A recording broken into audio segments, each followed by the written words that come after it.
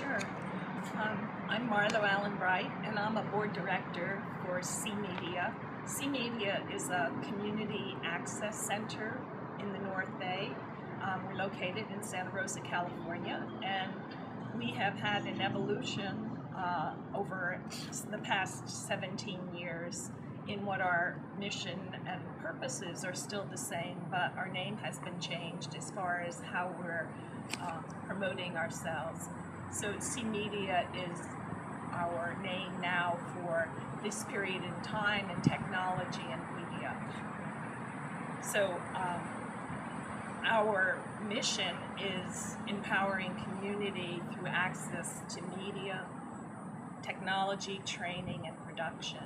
So we help people come in, learn how to use our video equipment, and make their own stories and promote their own organizations. We're membership, and we have both nonprofits and individual members, and we have a number of students also. Our location is around the corner here, and we sit right next to ArtQuest, and ArtQuest is a special school for the arts, and so the kids who go there get regular training in different, it could be photography, it could be video, it could be art, it could be dance, voice. So we're a natural, and we share the space where we're located in order that the students may use it during the day, and we have the public coming in after the school day is out to also use the same equipment. So we get a lot of use out of it, and I think it's a great opportunity for students to be able to broaden their skills beyond what they're able to do in school. And I know today we're more or less talking about the organizational part of it, and so I'd just like to clarify what the difference is, because we're a non-for-profit organization, which means that we're governed by certain rules that are set up actually by the Internal Revenue Service. So we're a corporation, just like there may be, Walmart is a corporation, but they're a for-profit corporation, whereas we're designed that we're not out to make money, we're to serve the public, and that's our purpose. And so we do that, as I said, through the training and offering technology.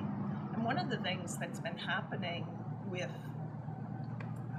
the evolution of media and media production is that I like to compare it to the organizational differences in leadership that between IBM or Google.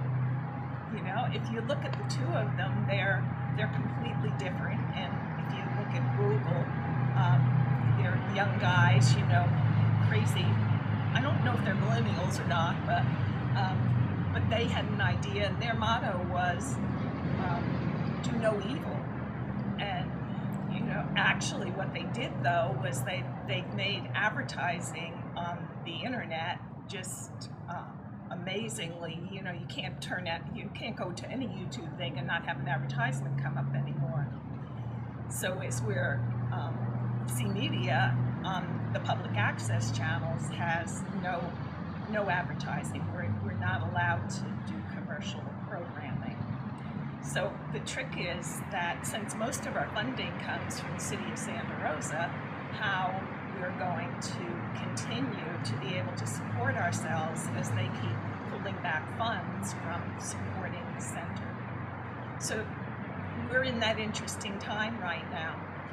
And then going back to the image of different leadership style is Thomas Watson at IBM, and I was married to someone from IBM, so it was my first introduction to wingtip shoes and three-piece suits and blue suits and ties and everything, and then that was the dress code. So look at the difference there. You've got the monolithic IBM and having and both are corporations. So, but the leadership is different. Thomas Watson had and IBM had a different purpose than Google does. So I think that's kind of the basis of what changes or makes the difference, not only in the organizational structure, but also in the leadership. And for us, one of the things that we were very fortunate was that in this time of transition, we were lucky to be able to get a new executive director who was coming from more of a perspective of being involved in where media is headed. And the way media is growing, you really have to be ahead of the curve. You know, here you are, you're doing this video on an iPhone, and you know, if my crew were to come out, they'd have the big cameras like you see on television, and yet the result is kind of similar.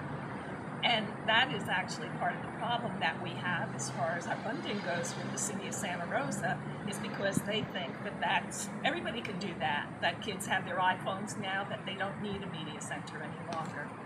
So we're trying to bridge that gap and provide the services that are still needed.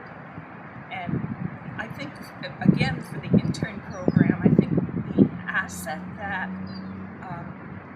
kids of your generation have is that you were raised with the technology, so you're able to be ahead of the curve. You're able to be able to maybe think of what's coming, you know. And again, going to the idea of organizations, if you look at the university organization, it's like IBM. You know, it's been there, and they've always done things this way, and they're very, very slow to change.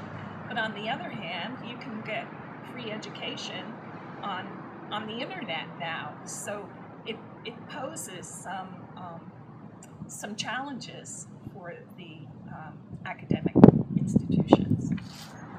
So in talking about the transferability gap, the difference between just having 4 years of college and book learning and the difference of getting out in the field, I think it's a very important aspect of the training that is needed for a student to be successful these days. And the more opportunity that they have to be working in a business or interning in a business, the better skills that they're going to have for how it is to be in the real workplace. We had one experience that I'd like to share about the high school in Healdsburg. Healdsburg is where I live. And they created a high school program there where the students, for juniors they were, in a particular class, would go out for, I think it was 8 weeks, once a week, and work in a business as an intern. And at the end of that period of time, then they were asked to go make a presentation in front of their class and in front of the rest of the community. And so it was an awesome experience, and many of the businesses that I spoke with regarding students that they had brought in, they found everybody thinks it's such a great idea. So you know, Thomas Watson may roll over in his grave, but we really are in a new era, and it's time for to get out of the ivy walls and out into the community. And CMedia is one of the avenues where you're able to do that as a student. So we look forward to having more interns. I wanted to tell this story because, as far as interns are concerned, I actually got started myself as an intern. I went to College of San Mateo, and then was able to further my skills by doing productions, because they had a public access station there. Actually, it was a PBS station. And so that led me to the love of working in the industry. One thing that happened, however, though, was I worked my way up to being a producer, and having a paid job. But then when the funding was cut, I was unable to go out and compete because I didn't have the skills to set myself as an entrepreneur. So I ended up going back into the insurance industry, and now I've become involved more on the board level here in helping for the organizational part of it. And so we were fortunate enough to have an intern come in and help with that. Natalie was just awesome in the research work that she did for us.